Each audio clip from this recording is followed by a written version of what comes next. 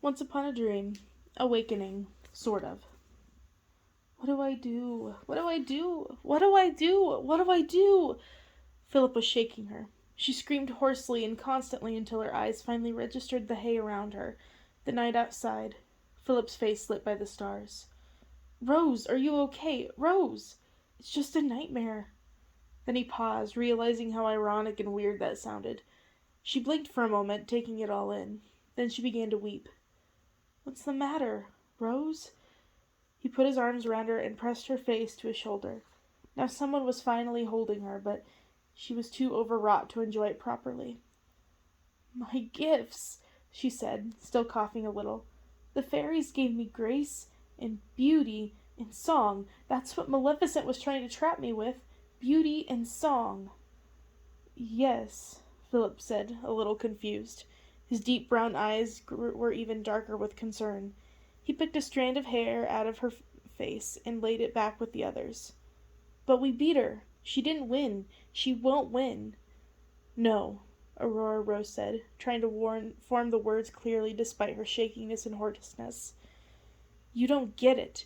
They gave me beauty and song, and then I was left in the woods to grow up for 16 years before I handed it over to you.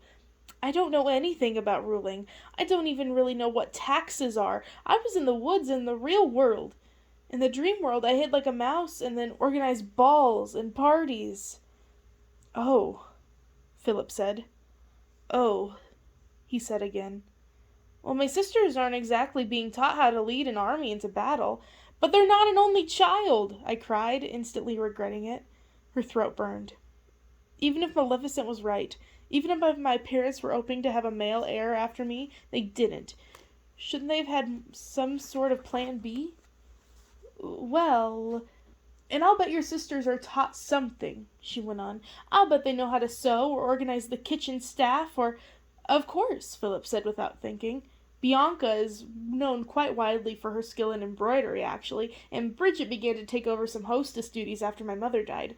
My dad said that she actually has some quite innovative ideas of how to peacefully handle the tolls on the northern trade route. The princess let out an incoherent, strangled cry of rage. Sorry, he said quickly. What are beauty and song good for? To a princess or a queen. It's not like I could join a wandering band of troubadours. These gifts have nothing to do with running a castle or a country, and everything to do with being a perfect pretty wife for the prince I was engaged to marry when I was a baby. Hey now, Philip said slowly. We fell in love. I know, that's not the point, she said irritably, searching her hands through her hair like a crazy person. She sort of remembered loving him, but it was strangely second-hand mixed in with all the other memories she didn't feel quite real. Now she had no idea what she felt for him. She began to weep again, exhausting, racking sobs from a girl with 2 false childhoods and too many memories and no past. Grace and beauty and song and nothing more. And of course, despite the muddy tracks of tears down her cheeks, dusty with wheat chaff, and her tangled hair and her strange dress, she was beautiful. Philip hugged her and stroked her hair down. Shh. Try to get some sleep, or at least rest. We can't go anywhere until the sun comes up, so we might as well conserve our strength. I promise, no more nightmares. The princess didn't want to fall asleep again, but she did, and it was dreamless. The next morning she was woken by something uncomfortably sharp cutting into her side. Irritably, she moved aside and saw that it was Philip's sword. Despite her resentment, she couldn't help admiring the delicately traced motifs winding their way up to the girth of the pommel, the golden vines, the decorated initials, and the carefully fauceted and inset gems. She cautiously picked up the blade. It was lighter than she had expected, but heavier than she could easily manage.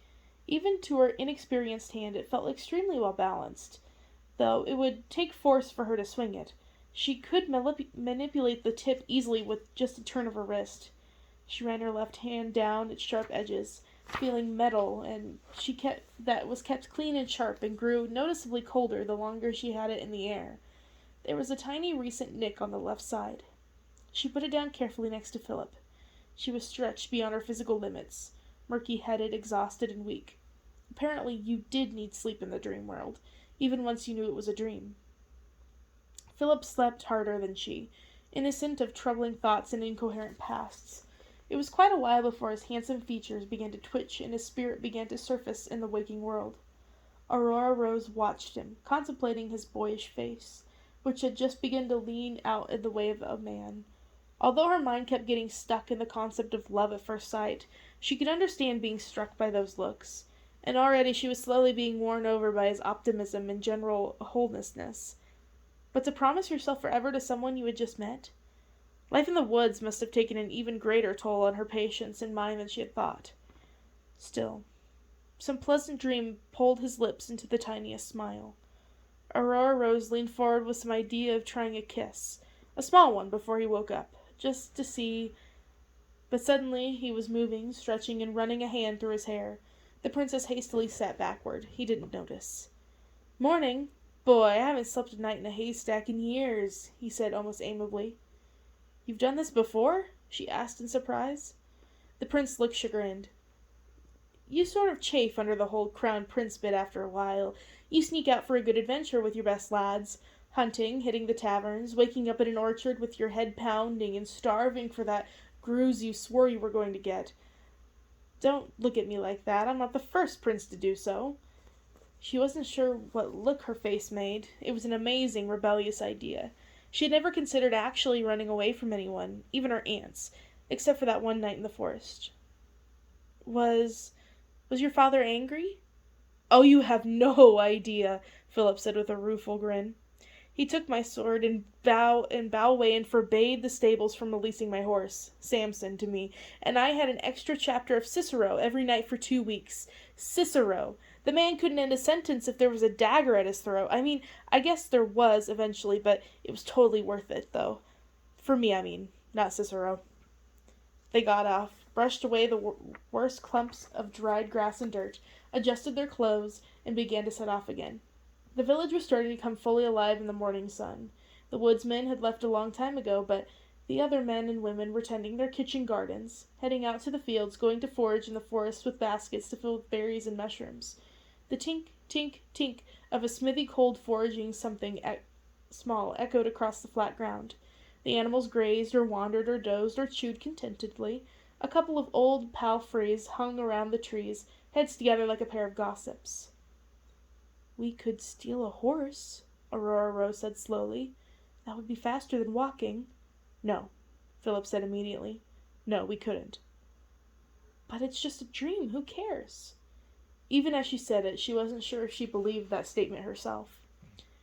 "So we could just steal and kill and rape and plunder and it doesn't matter?" Philip said as if it was something he had already deliberated in his own head. "I don't believe that. We're still the people we were when we were awake. It's not always the result of the decision that's important. It's how we make those decisions. It's the sort of people we are." "Oh, I'm not making any sense." "Yes, you are. I wouldn't know how else to put it. There's more to it for me, though. I've lived 2 lives, and each seems equally real and equally imaginary. I was telling myself before we met, this time, that all I have is my own eyes and hands to tell me what's real. Who knows how long I've been living in this version of my life? It seems real to me, so I'll act like it is, whether it's fairies or castles or evil queens or thorns."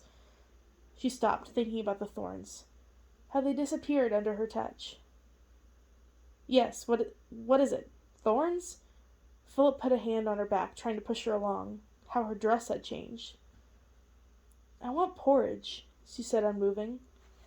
"Porridge? Look, I know you're hungry. I am too. Famished. But we can't linger in the village anymore. We can't trust anyone. You've seen that. We'll grab something along the way. Nuts, a grouse, maybe. Just talking about one earlier made me hungry." Aurora Rose shook her head and set her jaw.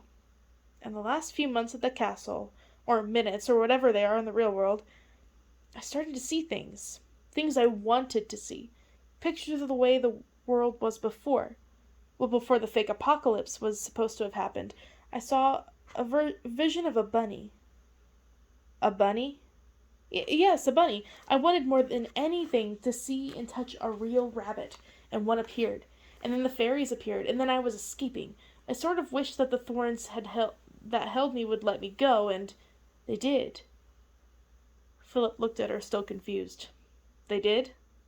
Could you please stop just repeating the last thing I said and actually listen to me? It's my dream. My touching the spindle caused all this. I'm the first one who fell asleep under the spell. It's why Maleficent had to lie and make up a sort of reason for us to be trapped together. She doesn't have complete control of this world. Or whatever it is. It's part of me. You said so yourself. All right, that makes sense, Philip said in a serious voice, arms folded and face frowny. But what does this have to do with porridge? I want porridge, she said, exasperated. That's all. I want a bunny before, and it appeared, and now I want porridge. That's why the way my aunts used to make it, in a cold mornings, warm and buttery with rich toasted acorns in it. Acorns? Really? That sounds, I mean, it's an interesting gastronomic choice. She rolled her eyes. We lived in the middle of a forest, Royal Prince. This is what we had, and a real treat in the middle of the winter. Then she proceeded to ignore him. She closed her eyes and cupped her hands. She prayed and wished and imagined and begged. Philip stayed politely silent, though he did look around, sigh a little, and do all sorts of other things to obviously fret over the passage of time. She tried to call up the feel of the wooden bowl in her hands. It warmed almost like flesh where the wood was thin, and the heat of her fingers and the hot porridge mingled. She summoned the smell, a mix of dairy and things of the earth and the tall green grass in the woods. Sometimes there was even a dollop of honey on top. She thought so hard she felt like she had to go to the privy. Her concentration faltered for a moment when she distractedly wondered if it ever happened to Maleficent when she was performing an incantation. But after a few seconds she was back in her dream of porridge. Time passed. Good Lord! The smell in her head was giving way to real scent in her nose now, with even that faint, almost untasty burnt smell the acorns sometimes gave off. She smiled and opened her eyes. In her hands was a cracked wooden bowl full of porridge, just like she remembered. Can you give me some eggs and a drumstick? Philip asked eagerly. Maybe a tankard of beer to go with it? Eat the porridge, greedy bird, she said, smiling. Oh, all right, he said with a sigh. It is certainly a lot better than nothing. Well done and all. Shall we use our hands? She tried to summon 2 spoons, but which ones? The big wooden paddle Merryweather stirred the soup with, or tiny teaspoons for fancy afternoons, or... Each one flitted up in her mind and then disappeared. She shrugged apologetically. I can't concentrate. Too hungry. Well, this won't be the first time, Philip said, wiping his hands carefully on his cape. Let's dig in. They did, giggling, as she licked the first scoop and the warm, familiar cereal filled her mouth. So, too, was she, filled with warmth and happiness that she hadn't known in a long time.